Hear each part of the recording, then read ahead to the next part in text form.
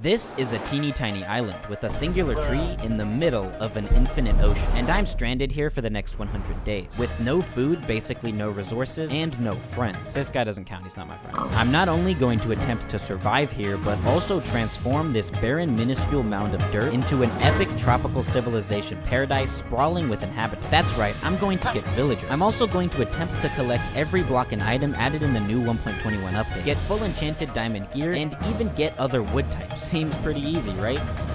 No! I couldn't even find anyone who's ever done this before. This was literally the hardest challenge I've ever done. So without further ado, sit back, relax, and go get your snacks. Because this is how I survived 100 days on a deserted island in Minecraft Hardcore. On day 1, I was summoned into an infinite abyss of ocean with nothing but the non-existent clothes on my back. Got a disgusting creature here. As always, because I'm an Aquarius, and I'm not like other axolotls, I decided to start with the extremely unique decision of chopping down my first tree, making a table crafting, and constructing my first device. I'm starting on this island a level 0 crook with absolutely no friends. Absolutely no friends. But I dare to dream. One day, I'll be a level 100 mafia boss, I'll reach Town Hall 37, and maybe I'll even have 20 million power in Rise of Kings. After defiling my first act of nature, I managed to profit a couple saplings. Eggs are still $10 a gallon though, so I began my next money-making hack I learned on TikTok. A stable 9-to-5 job. I mean, farming. They don't want you to know this one. No one likes you.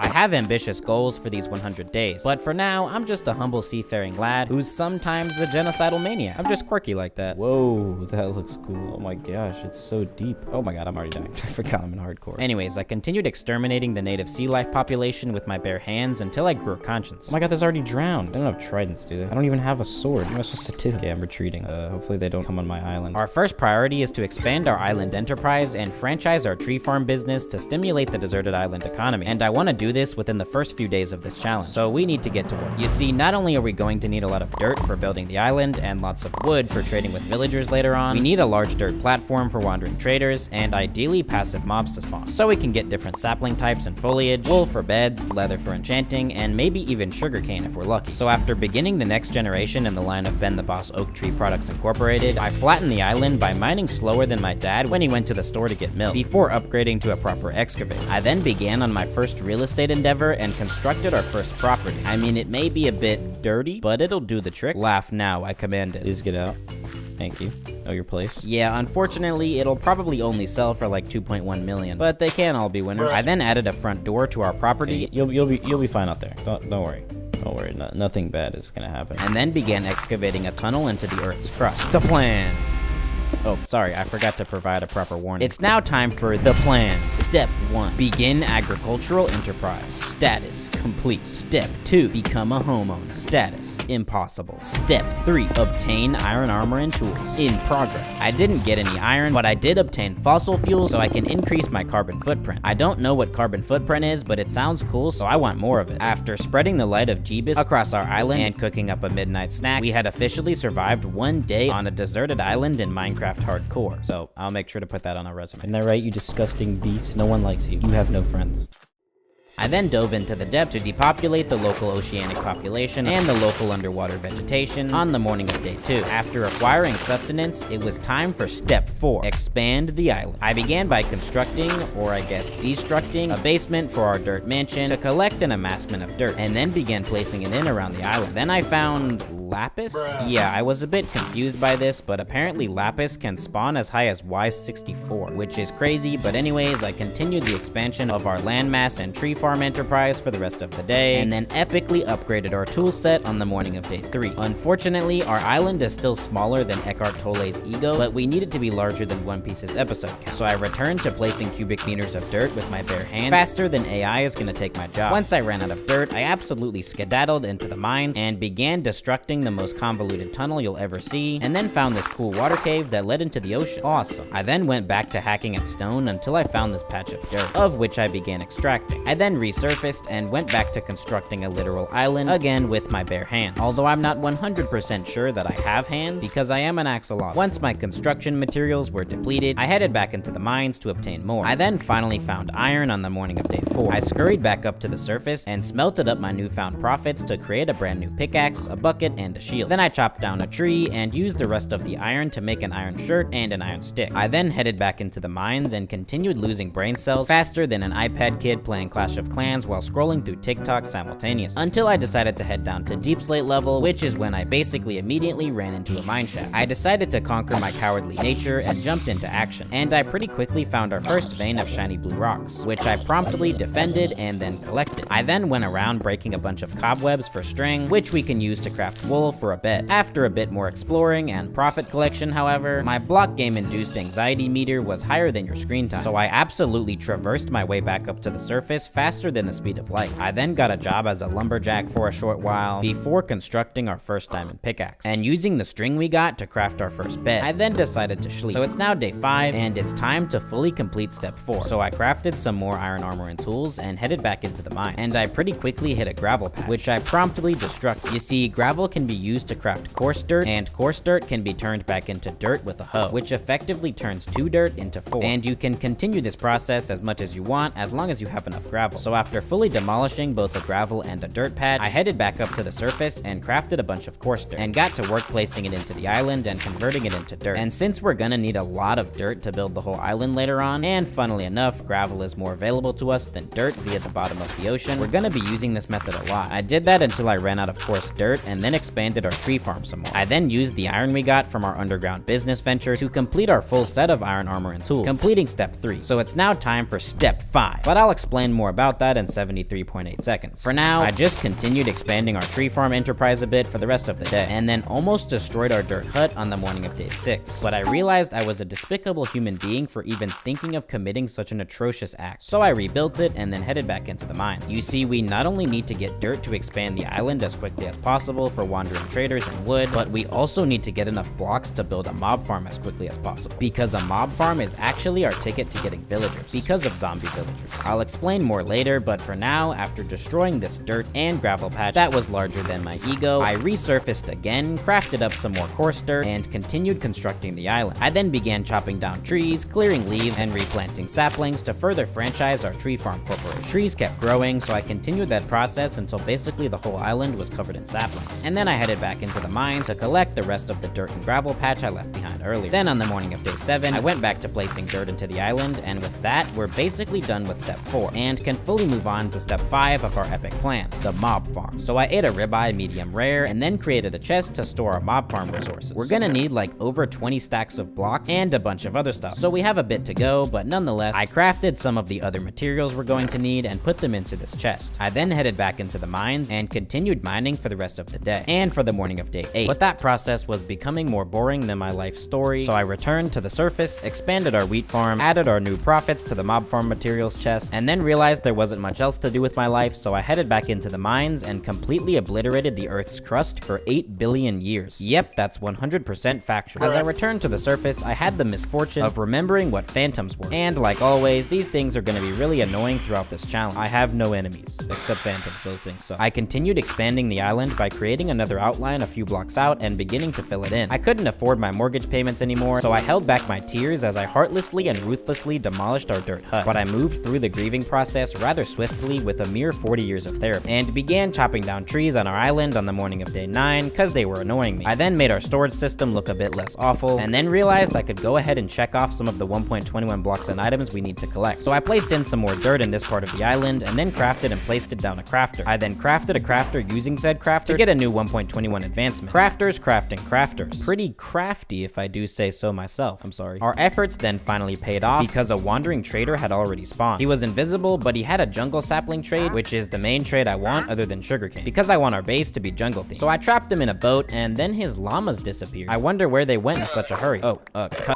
I don't have any way to get emeralds yet, but hopefully this boat prevents the wandering trader from despawning until we get emeralds so we can get that jungle sapling trade. And just to make sure bro survives until then, I built a cobblestone shelter around him. I then expanded our wheat farm more, and now it's day 10, and we're officially 10% of the way through this challenge. And we're making a decent bit of progress so far, but there's still a lot left to do, so on the morning of day 10, I crafted and placed down the copper grates, doors, and trapdoors. I then decided that disgusting creature had a bit too much freedom, so I chained him to this fence post and left him there forever. Once you obtain one one singular brain cell, I will release you. So basically, I won't release you. I also attached a boat to a fence post with the other lead I got from the llamas, so yeah. It's pretty cool that you can do that now in 1.21. That feature is going to make transporting villagers once we get them later on a lot easier. Speaking of getting villagers though, we still need to get blocks to build the mob farm, so we can actually do that. So I headed back into the mines for another overworked underpaid shift, and I hacked at stone, dirt, and gravel for basically the rest of the day before resurfacing by the end of the day. I then crafted a stone cutter and then crafted some chiseled copper using said stone cutter and placed it into our 1.21 blocks display on the morning of day 11. We almost had enough blocks to build the mob farm, so after placing a bunch more dirt into the island, I headed back into the mines and continued excavating profits from the earth for the rest of the day. Then wasted time extending the mine through this water cave for some reason on the morning of day 12. I continued that process until my brain imploded and then headed back up to the surface. I then committed my daily dose of deforestation for mob farm resources, but mostly to smelt into charcoal for fuel. I then discovered that you can plant saplings on farms. I have no actual idea why I never knew you could do this, but this is absolutely fascinating. I was still lacking funding for my business venture, however, and investors were showing little to no interest. So I took matters into my own hands and headed back into the mines again and proceeded to obliterate stone for basically the rest of the day. And on the morning of day 13, I crafted up the remainder of the materials required to build the mob farm, and then it was finally time to actually build it. I began by bridging out a bit from the island because this farm is going to be mildly atrocious looking. I then began building up with cobblestone until I hit the stratosphere, performed an Olympic dive and broke all the bones in my body, and then constructed a vertical transportation device all the way up the tower. And even though this farm is going to be monumental to making a ton of progress towards our goals in this challenge, I'm sure you've seen this exact farm built literally 1 billion times before, so I'll try to speed through this a bit. I built out a platform at the top of the tower and then began work on the ankle breaking chute before being interrupted by more phantoms. After surviving by cowering in fear, I went to sleep and then watched as the sun burnt my enemies to a crisp on the morning of day 14. I then headed back to work and completed the folly down chute thing. I then added in the tax collection system, built out the water slides, and then built the platforms. And then realized I made the farm slightly too big and the water didn't reach the end of the water slides. I wasn't really in the mood to undo and then redo everything I just built though, so I just moved the water sources forward and added these wall things along with adding in all the trapdoors so the mobs actually walk into the water channels. I completed that by the end of the day and began adding in the roof on the morning of day 15. And I ran out of cobblestone, so I started just using whatever blocks I could find in my pockets to complete the roof. It doesn't really matter though, we're not gonna see this a lot, so we just need it to be functional. But I ran out of blocks, so I headed back down to the base. But I got distracted harvesting our wheat field and expanding it even more. Wheat is going to be really important though, not only for food, but also for trading with villagers, and most importantly, so we can actually build a villager breeder and get a villager trading hall and populate our island with 100 inhabitants. I then realized that our wandering trader had escaped and his llamas had returned. But actually, the wandering trader just despawned, because apparently boats don't prevent them from despawning after a certain amount of time. And then somehow another wandering trader spawned soon after that. This would be lucky, but we don't have any emeralds yet, so this is really unlucky if anything. But nonetheless, the llamas mysteriously disappeared and I decided to borrow their leads. And I trapped the wandering trader in a boat in this cobblestone prison just in case we're able to get emeralds in the next few days somehow. Also, his trades weren't that great either. Anyways, I went back to replanting the wheat field and then grabbed some more blocks and headed back up to work on the mob farm. But when I got back up on the morning of day 16, I could hear that mobs were already spawning, even though I'm pretty sure I lit up the platform with torches. So I built up and around to gain the high ground and attack from above. But then I got scared by this creeper and ran away.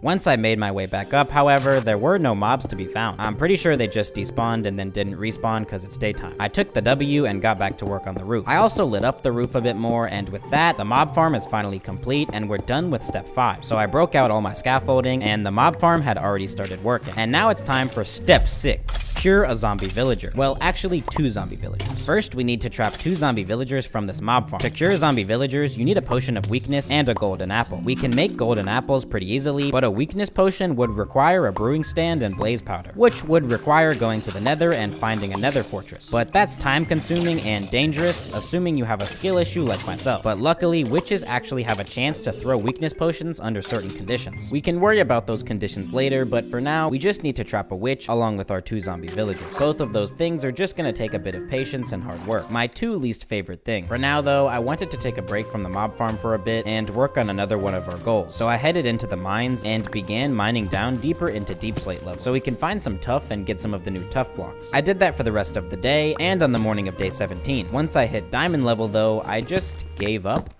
I guess. I went back up to the mob farm for some reason, and then went back down to the base and crafted a golden apple with some of the gold we got from mining. I then went back up to the mob farm to begin waiting for a zombie villager or witch to spawn. I waited, expanded the platform some, and then a witch fell down. Epic. So I blocked off the chute temporarily and built a prison for the witch. I'm pretty sure witches are just much more common than zombie villagers though, so this is still gonna take a bit of time unfortunately. I placed a boat in the witch's prison, broke out some blocks between the mob farm and the enclosure, and then used some water to get the witch into the boat. I then closed the mob farm back up and let all of the mobs out of the waiting room. I then headed back downstairs on the morning of day 18 and gathered up all the blocks I had. I then headed back up to the mob farm and continued expanding out the platform to make room for our next 2 prisoners.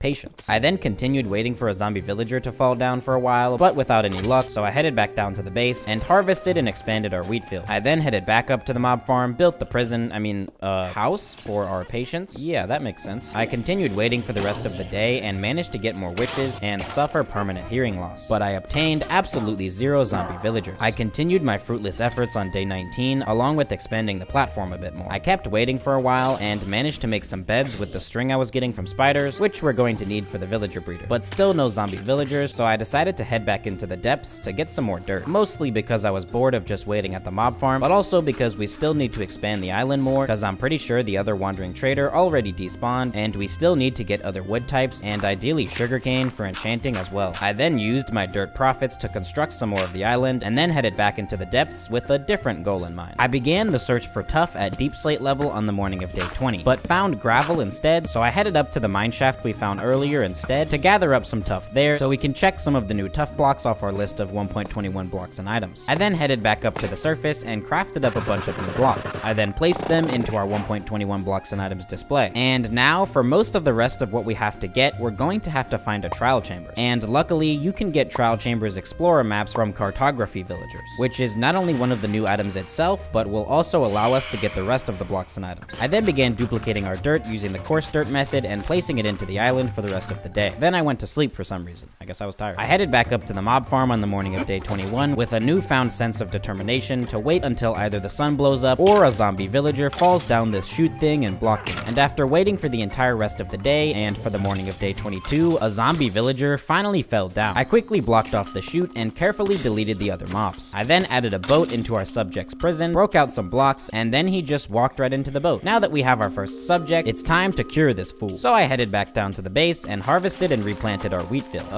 Yeah, I guess I got distracted. Anyways, then I grabbed some building blocks and headed back up to the mob farm to build out a platform so we have some more room to perform the procedure. I then began trying to figure out how to get the witch and zombie villager into position on the morning of day 23. I basically need the witch to be right here and the zombie villager to be up on this platform. So I began constructing a hallway for the witch to walk down and a stairway for the zombie villager to walk up. I then realized that another zombie villager had fell down the mob farm chute, so I could actually cure both of them at the same time. So I blocked off the chute again and began carefully getting rid of all the other mobs. And there actually turned out to be 2 zombie villagers, so I guess we'll have a backup too. I then repeated basically the same process as before, but then the baby zombie villager escaped. I quickly used my multiple brain cells to tower up and then trapped him in a boat in a box.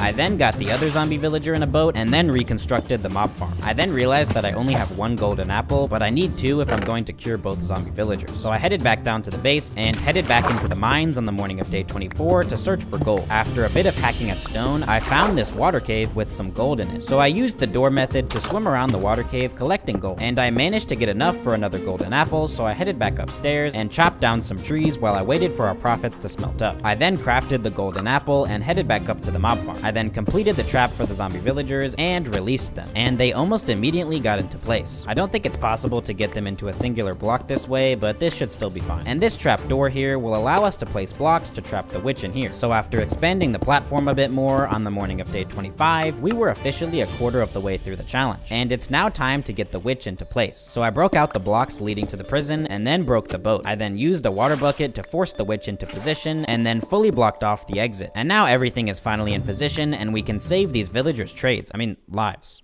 save their lives. Anyways, the witch began throwing potions, and I began right-clicking the zombie villagers with golden apples. But the poison potions were getting my health pretty low, and instant damage potions do like 4 hearts of damage. So if I get hit with one when I'm below 4 hearts, I'll just instantly perish. Luckily though, it didn't take too long for the witch to throw a weakness potion, allowing me to begin the curing process for both zombie villagers. I then immediately gave the witch some constructive criticism on its existence, and then realized that the time the zombie villagers take to cure is randomized within a certain range. So we need to separate these two, or else one might just turn the other back into a zombie villager once they cure. And we only have a few minutes too, so I quickly began attempting to separate them, and managed to succeed just in time for the first one to finish curing. Say hello to the island's first inhabitant, Subterranean Reverberation, and the island's second inhabitant, John. I began destroying the mess surrounding Subterranean Reverberation and John's enclosure, and then began expanding their enclosure a bit. Then a thunderstorm started. Literally the day we get villagers via a witch, a thunderstorm starts which threatens to turn them back into a witch. I think the game doesn't like me. Anyways, on the morning of day 26, I completed construction of a temporary villager breeder using the beds we've gotten so far. I just want to quickly get some more villagers in case we tragically lose John or Subterranean Reverberation somehow. After I provided them 32 loaves of bread, they immediately started getting busy. And with that, we now have 3 inhabitants. So I gave them some more bread and continued destroying all these enclosures, and also got rid of the baby zombie villager. And now we have 4 inhabitants. So it's time to construct a proper villager breeder down on our island so we can get a villager trading hall and populate the island with 100 inhabitants. So I got the 2 baby villagers in a boat, went down to grab the lead we got from the wandering traders earlier, and then transported the boat off of the mob farm platform and down to the ocean below, using the epic new 1.21 feature that lets you attach leads to boats. I then attached the boat to a fence temporarily, broke down our old wandering trader prison, then went back up to the mob farm to destroy this thing, and then put Subterranean Reverberation and John, who are now our backup villagers, in a boat. This was just to make absolutely sure they don't despawn, but villagers shouldn't despawn even if they aren't in a boat. I began day 27 by duplicating some dirt and filling in the island a bit more to make room for the villager breeder. I then headed back up to the mob farm to grab some resources, and then finally started on the actual farm. I began by tilling the land and planting wheat for the villagers' food source. I then placed in some glass walls so they'll think they can escape, but they'll never be able to. I then began constructing the profit collection channel, and then realized that the villagers were already trying to produce product. I like the enthusiasm, I guess. Anyways, I placed all our beds down here so the villagers will constantly think that there are empty beds, which will make them produce product. I then brought our prisoners into their new home, but they immediately escaped to go to sleep. Amazing escape plan. Normally, this farm is built on solid ground, so I had to go underwater to build the channel that the baby villagers will fall into. But anyways, I completed the villager breeder on the morning of day 28, but I was unfortunately too broke to build the whole thing out of glass, so it looks kind of ugly. But it doesn't really matter because we're not really ever going to see this later on when we build the actual island. I then harvested and replanted our wheat, and then gave the villagers an absurd quantity of bread to get the farm started. And the farm seemed to be working, so I decided to go get our 2 backup villagers from the mob farm so we can get started on the trading hall. I transported them to the island the same way I did before, and then finally began work on building the villager trading hall. And I had gotten potatoes and carrots from the mob farm, so I bone milled them to obtain 2 more renewable food sources. Then on the morning of day 29, I saw that the villager production factory was in fact producing, so I went back to work on the trading hall and began by building out a cobblestone platform. I then needed a bunch of wood for the office cubicles, so I chopped down some trees and then began placing in some markers to figure out the spacing of each villager containment cell. I then built up some of them, then mined out some cobblestone under our base for some reason, and then began constructing an indefinite workspace for a fletching villager and an armorer. I then transported our 2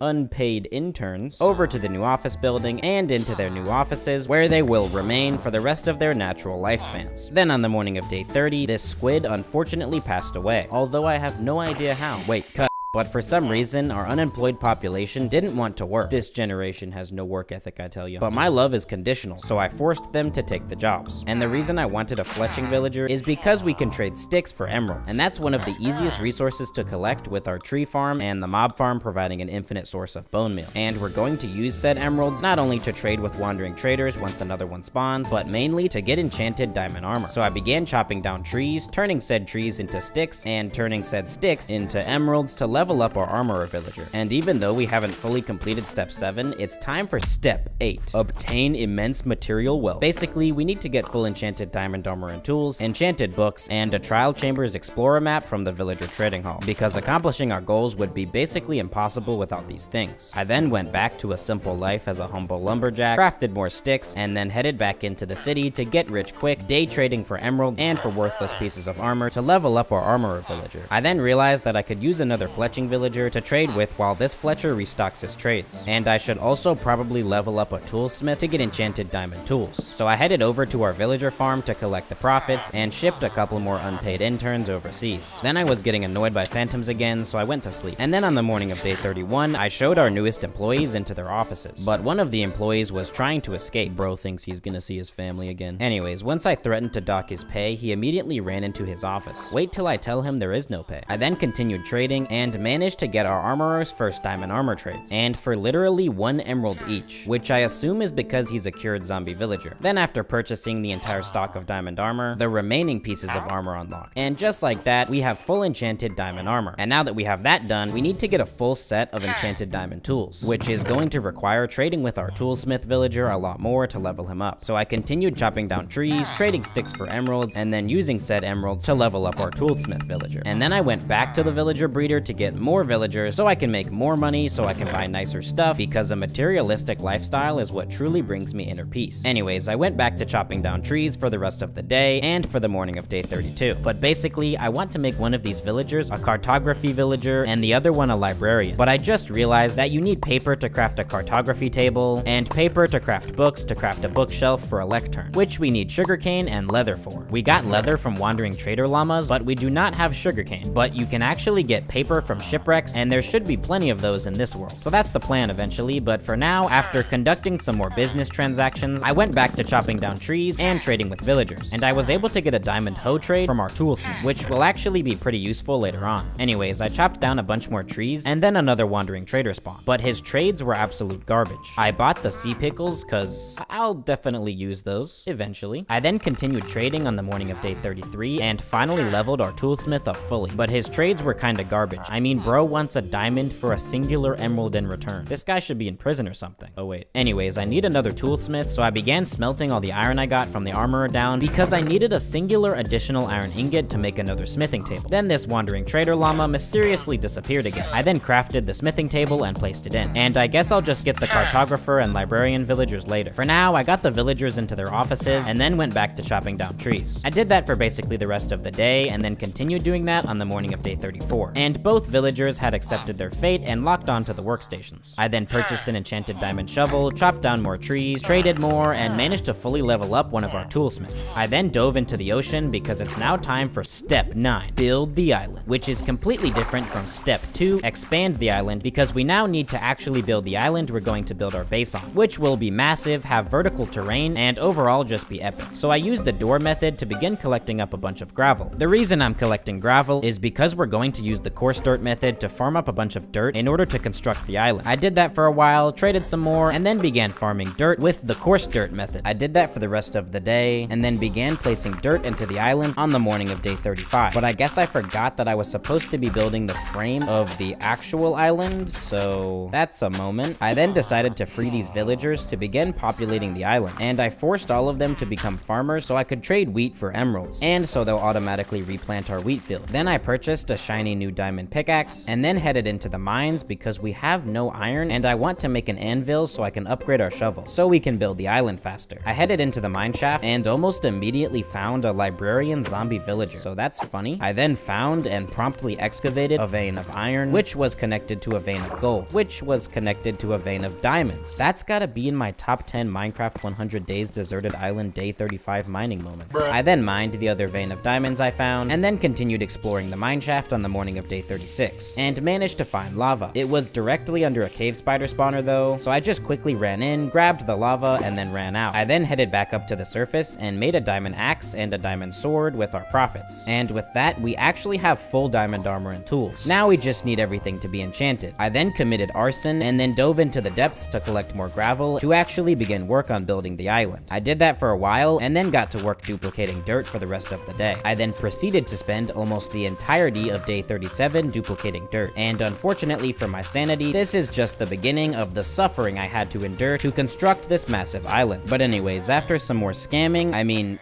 business transactions at the end of the day, and dealing with more phantoms, I finally actually began work on constructing the outline for our island on the morning of day 38, and I ended up spending almost the entirety of the day doing that as well. And as you can already tell, I was planning on making this island absolutely massive. Then a thunderstorm started, and again, lightning can turn villagers into witches, and that would not exactly be good, so I immediately went to sleep. Then on the morning of day 39, I tried using a boat to speed up my dirt placing, but it didn't really work, so I went back to my swimming method, and continued placing in the outline, trying to give it a natural island-like shape along the way. I managed to complete it, but then realized that this corner was a bit too much of a corner, so I began trying to round it off. Once I was done with that, I ran around the outline, lighting it up with torches, but then I ran out. I was then attacked by another trident-wielding drowned, but managed to exterminate him, and our island outline was already becoming a mob farm, so I quickly grabbed some more torches and lit the rest of it up. We still need a Trial Chambers Explorer map to complete step 8 and accomplish our goal of collecting every 1.21 block an item, and we also need a librarian to get efficiency on our shovel so we can collect dirt faster and complete step 9. So I set out to find a shipwreck in order to get some paper for a cartography table. I wandered aimlessly through the infinite ocean for the rest of the day, and then managed to find a shipwreck on the morning of day 40 without changing my shader settings even a singular time to increase visibility. Anyways, I managed to get lucky, and the first chest I looted had a bunch of paper and a buried treasure map. So I headed back to the island, and then realized that the buried treasure map I found was bugged out and didn't have an X on it. This is the saddest moment of my entire life. Anyways, then I crafted a cartography table, and then some books and a bookshelf using the leather we got from the wandering trader llamas earlier, and then crafted a bookshelf, and finally a lectern. I then graciously freed these two inhabitants from their life of